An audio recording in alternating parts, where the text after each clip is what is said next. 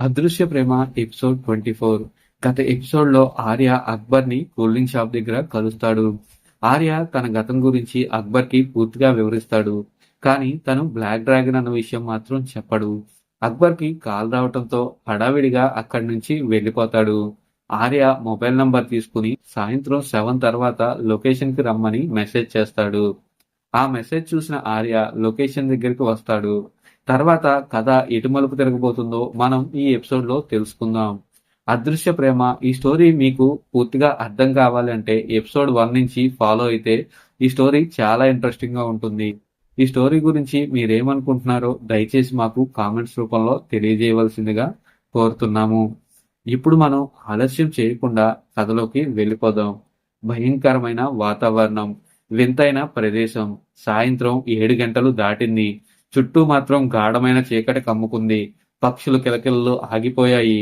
గాలిలో ఏదో తెలియని నిశ్శబ్దం అలముకుంది. ఈ నిశ్శబ్దాన్ని ఛేదిస్తూ ఆర్య అక్బర్ పంపిన లొకేషన్ కి చేరుకుంటాడు.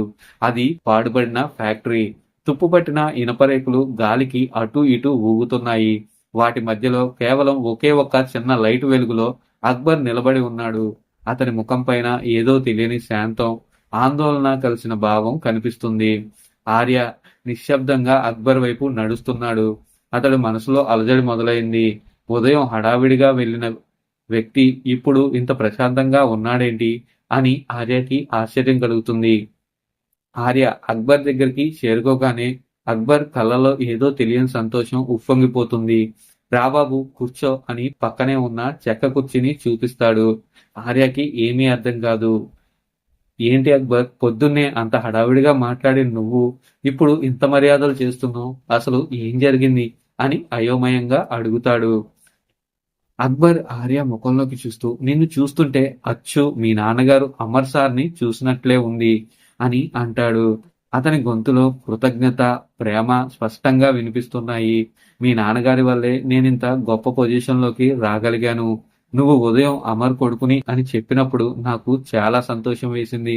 కానీ మనం ప్రమాదంలో ఉన్నామని తెలిసేసరికి ఏం చేయాలో తెలియక అక్కడి నుంచి వెళ్ళిపోమని పంపించేశాను. అలా చేసినందుకు నన్ను క్షమించు ఆర్య అంటూ అక్బర్ వేడుకుంటాడు. అతని మనసులో ఎంతో బాధ ఉందో ఆ మాటలు అతని కళ్ళల్లో కదిలిన నీటి బిందువులు చెబుతున్నాయి. ఆర్యకి అక్బర్ మాటలు చాలా ఆశ్చర్యాన్ని కలిగించాయి. ఏంటి, నీకు మా నాన్నగారు తెలుసా? అసలు మా నాన్నగారికి నీకు ఉన్న సంబంధం ఏంటి? అసలు తర్వాత ఏం జరిగిందో నాకు క్లియర్ గా తెలియాలి. అప్పుడే నేను రాజేష్ మరియు పట్వారీల పైన ప్రతీకారం తీర్చుకోగలను. అసలు ఏం జరిగిందో క్లియర్ గా చెప్పు అక్బర్ అని ఆర్య ఆవేశంగా అడుగుతాడు.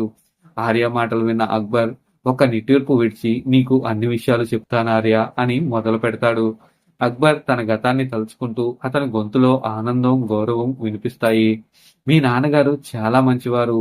అసలు నేను డిపార్ట్మెంట్ లోకి వెళ్ళటానికి మీ నాన్నగారే కారణం. నేను డిపార్ట్మెంట్ లో చేరడానికి ముందు ఒక ఫిజికల్ టెస్ట్ కి హాజరయ్యాను. అక్కడ పోటీ చాలా ఎక్కువగా ఉంది. నేను అస్సలు సాధించలేనేమోనని టెన్షన్ పడ్డాను. ఎవరు కూడా నన్ను పట్టించుకోలేదు, ఒకే ఒక్క అమర్ సార్ తప్ప. ఆయన నా దగ్గరికి వచ్చి ఫిజికల్ టెస్టులు ఎలా ఎదుర్కోవాలో క్లియర్ గా చెప్పారు. అంతేకాకుండా అన్ని టెస్టులు పాస్ అయ్యే వరకు నా పక్కనే ఉండి ప్రోత్సాహాన్ని ఇచ్చారు. ఆయన మద్దతు వల్లే నేను ఈ రోజు ఫిజికల్ టెస్ట్ పాస్ అయ్యి పోలీస్ డిపార్ట్మెంట్ లో చేరగలిగాను. అక్బర్ కళ్ళల్లో ఆ జ్ఞాపకం మెరుస్తుంది. అలా నాకు సహాయం చేసిన మీ నాన్నగారికి కృతజ్ఞతలు చెప్దామంటే తర్వాత నాకు కనిపించలేదు. నేను డిపార్ట్మెంట్ లో సెలెక్ట్ అయిన తర్వాత వేరే చోట పనిచేశాను. ఆ తర్వాత నాకు ముంబైకి ట్రాన్స్ఫర్ వచ్చింది. అప్పుడు నేను డిపార్ట్మెంట్ ను అభ్యర్థించి మీ నాన్నగారు పనిచేస్తున్న స్టేషన్ లోనే పోస్టింగ్ వేయించుకున్నాను. అప్పటి నుంచి మీ నాన్నగారితోనే నేను పనిచేశాను. అక్బర్ ఆర్య వైపు చూస్తూ, ఆ రోజు మీ నాన్నగారు లేకపోతే ఇప్పుడు నీ ఎదురుగా అక్బర్ అనేవాడు ఉండేవాడే కాదు, ఎక్కడో ఏదో ఒక మూలన పని చేసుకుంటూ ఉండేవాణ్ణి. అప్పుడే నాకు రాజేష్ మరియు విశ్వ కూడా తెలుసు. మీ నాన్నగారు వాళ్ళతో చాలా సరదాగా సొంత అన్నదమ్ముల్లాగా ఉండేవారు. డిపార్ట్మెంట్ లో వీళ్ళ ముగ్గురిని చూసి అందరూ కుళ్ళుకునేవారు. చాలా కేసుల్లో ఒకరికొకరు మద్దతు ఇచ్చుకుంటూ చాలా త్వరగా కేసులను పూర్తి చేసేవారు. అలా కొద్ది రోజుల తర్వాత ఏమైందో తెలీదు. ఒక పాడుబడిన ఫ్యాక్టరీ దగ్గర మీ నాన్నగారు మరియు విశ్వ శవాలుగా కనిపించారు. అసలు అమర్ సార్ మరియు విశ్వ గారు అంత అర్ధరాత్రి టైంలో పాడుపడ్డ ఫ్యాక్టరీ దగ్గరికి ఎందుకు వెళ్లారో అర్థం కాలేదు. నాకు అప్పటినుంచే వారి మరణం వెనుక ఏదో రహస్యం ఉందని అనుమానం వచ్చింది. ఆ అనుమానం ఈరోజు నువ్వు వచ్చి క్లియర్ చేశావు. అసలు విషయం తెలుసుకున్నాక నా రక్తం మరిగిపోతుంది.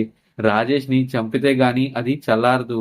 నేను సాక్షాత్తు దేవుడుగా భావించే అమర్ గారిని వాడే చంపాడు అంటే నాకు విపరీతమైన కోపం వస్తుంది. ఇప్పటివరకు నా ఫ్యామిలీని నాశనం చేశాడు అనుకున్నా. ఇప్పుడు నా గురువును కూడా వాడే చంపాడు అని తెలుస్తుంది. ఇక వీడిపైన కనికరం చూపించకూడదు. వీడిని ఎలాగైనా చంపేయాలి అని చాలా కసిగా ఆర్య దగ్గరికి వెళ్లి అంటాడు అక్బర్. ఆర్య అక్బర్‌తో ఇలా అంటాడు. చూడు అక్బర్, నాకు కూడా వాడిని ముక్కలు ముక్కలుగా నరికి చంపాలని ఉంది. కానీ మా నాన్నగారు మరియు విశ్వ గారి పేరు మీద ఆ కంపెనీని ఎందుకు ఓపెన్ చేశాడు? ఆ కంపెనీని నష్టాల్లో చూపించి ఫ్రాడ్స్ చేసి ఎందుకు క్లోజ్ చేశాడు? ఈ విషయం నేను ముందు తెలుసుకోవాలనుకుంటున్నాను. అసలు ఏవీ గ్రూప్స్ గురించి నాకు వివరాలు చెప్పు అని ఆర్య అడుగుతాడు. అక్బర్ ఆర్యతో ఇలా అంటాడు. చూడు ఆర్య, నీకు ఏవీ గ్రూప్స్ గురించి తెలియాలి అంటే ముందు మీ నాన్నగారు మరియు విశ్వ గారు చనిపోయిన తరువాత ఏం జరిగిందో నీకు తెలియాలి. వారిద్దరూ మరణం డిపార్ట్మెంట్లో ఒక విషాదంగా మారింది. డిపార్ట్మెంట్లో మీ నాన్నగారి ఫ్రెండ్ అయిన రాజేష్ పైన నమ్మకంతో అమర్ మరియు విశ్వ సార్ల కేసుని రాజేష్‌కు అప్పగించారు. డిపార్ట్మెంట్లో అందరూ కూడా ఈ కేసుకి రాజేషే కరెక్ట్ పర్సన్ అని అనుకున్నారు. ఎందుకంటే రాజేష్ మీ నాన్న వాళ్ళకి చాలా బెస్ట్ ఫ్రెండ్. అందువలన మీ నాన్నగారి కేసులో ఎలాంటి తప్పులు జరగవని రాజేష్‌కి కేసు అప్పగించారు. కానీ అప్పుడు ఎవ్వరికీ తెలీదు దొంగ చేతికే తాళాలు అప్పగించారని. మీ నాన్నగారి మర్డర్ వెనుక ఏదో ప్లాన్ ఉంది అని అనుకున్నాను కానీ అదంతా ప్లాన్ చేసింది రాజేషే అని నేను కూడా ఊహించలేకపోయాను. అప్పుడు నాకు కూడా రాజేష్ పైన ఎలాంటి అనుమానం రాలేదు. ఈ రోజు నువ్వొచ్చి నిజం చెప్పిన తరువాతే అసలు విషయాలన్నీ నాకు క్లియర్‌గా అర్థమవుతున్నాయి. ఆ దుర్మార్గుడు మీ నాన్నని చంపినా వాడి మోసపూరిత చర్యలు ఆపలేదు. కొన్ని రోజుల తర్వాత ఆ కేస్ డీటెయిల్స్ అన్నీ కోర్టుకి సబ్మిట్ చేశాడు రాజేష్. అందులో వివరాలన్నీ నేను ఎవరికీ తెలియకుండా సీక్రెట్‌గా చదివాను. ఆ రిపోర్ట్‌లో మీ నాన్నగారు మరియు విశ్వ కలిసి ఏదో ఒక డ్రగ్స్ ముఠాని పట్టుకోవడానికి వెళ్లారని, ఆ ముఠాలోని కొందరు వీళ్ళ రాకను గమనించి కాల్పులు జరిపారని, ఆ కాల్పుల్లోనే అమర్ సార్ మరియు విశ్వ సార్ ఇద్దరూ మరణించారని కేస్ క్లోజ్ చేశాడు. డిపార్ట్మెంట్లో అందరూ కూడా అదే నిజమని భావించారు. కానీ దాని వెనుక ఎన్ని కుట్రలు ఉన్నాయనేది ఎవ్వరూ ఊహించలేకపోయాము. అక్కడితో వాడు ఆగలేదు. పట్వారీతో కలిసి చాలా ఇల్లీగల్ వర్కులు చేశాడు. ఇవేవీ కూడా ఎవ్వరికీ తెలీదు. అలాగే ఏవీ గ్రూప్స్‌ను కూడా మీ నాన్నగారు మరియు విశ్వ పేర్ల మీద స్టార్ట్ చేశాడు. ఎందుకంటే వారి పేర్లు పెట్టుకోవడం వల్ల డిపార్ట్మెంట్‌లో ఎవ్వరికీ అనుమానం రాదు. పైగా చనిపోయిన వారికి గుర్తుగా ఈ కంపెనీని పెట్టారని డిపార్ట్మెంట్‌లో అందరినీ పిలిచి గ్రాండ్‌గా ఓపెనింగ్ చేపించాడు. అక్కడి నుంచే అసలు కథ ప్రారంభమైంది ఆర్య. ఆ కంపెనీలో జరిగిన మోసాల గురించి నా ఫ్యామిలీని కూడా చంపుకోవాల్సి వచ్చింది. నాకన్నా ముందు నువ్వు ఒంటరివాడివైపోయావు. ఆ తర్వాత నేను కూడా ఒంటరివాడినైపోయాను. కేవలం ఇదంతా ఆ రాజేష్ గాడి వల్లే జరిగింది. వాడిని ప్రాణాలతో వదలకూడదు ఆర్య. ఇంతమందిని పొట్టన పెట్టుకుని వాడు దర్జాగా తిరుగుతున్నాడు. ఏవీ గ్రూప్స్‌ని అడ్డుపెట్టుకుని ఎన్ని రాజకీయాలు నడిపించాడో నాకు మాత్రమే తెలుసు. వాటిని ఒక్కొక్కటిగా నీకిప్పుడు చెప్తాను ఆర్య అని గంభీరమైన గొంతుతో అక్బర్ అంటాడు. అసలు ఏవీ గ్రూప్స్‌లో ఏం ఫ్రాడ్ జరిగింది? ఎందుకంతమంది ఇన్వెస్టర్లు మోసపోయారు? అసలు అక్బర్‌కి ఏవీ గ్రూప్స్‌కి సంబంధం ఏంటి? అక్బర్ తన ఫ్యామిలీని కోల్పోవడానికి కారణాలేంటి? మరి నెక్స్ట్ ఏం జరగబోతుంది? ఇలాంటి ఇంట్రెస్టింగ్ విషయాలు తెలుసుకోవాలంటే నెక్స్ట్ ఎపిసోడ్ కోసం వెయిట్ చేయాల్సిందే. మీకు గనక 'అదృశ్య ప్రేమ' సీరియల్ నచ్చినట్లయితే తప్పకుండా లైక్ చేయండి. అలాగే కామెంట్స్ రూపంలో మీ కామెంట్స్ మాకు తెలియజేయండి. నెక్స్ట్ వీడియోలో మళ్ళీ కలుసుకుందాం.